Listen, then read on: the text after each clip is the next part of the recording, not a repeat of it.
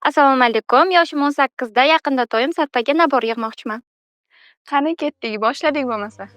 Birinchi o'rinda naborimizga Bobbi Brown brendidan baza pod makiyaj tanlab oldik. Makiyajdan oldin sepish uchun Dalba brendidan sprey, Charlotte Tilbury brendidan tonalkamiz to'y hashamlarga va kundalik uchun juda mos. Ko'zdagi qora ishlarni yopib berish uchun Dior Foreverdan concealer. Yuzni jozibali ko'rsatuvchi Diordan bronzer. Har kunlik makiyaj uchun Clio'dan kushon. Yuzni yorqin ko'rsatuvchi Charlotte'dan rumyani. Diordan Glow Face paletkasi. Pussy'dan qosh uchun fiksator, L'Oreal Parijdan panorama tushi. Makiyaj uchun Charlotte'dan fiksator. Anastasia Beverly Hillsdan ko'z uchun ten paletkasi.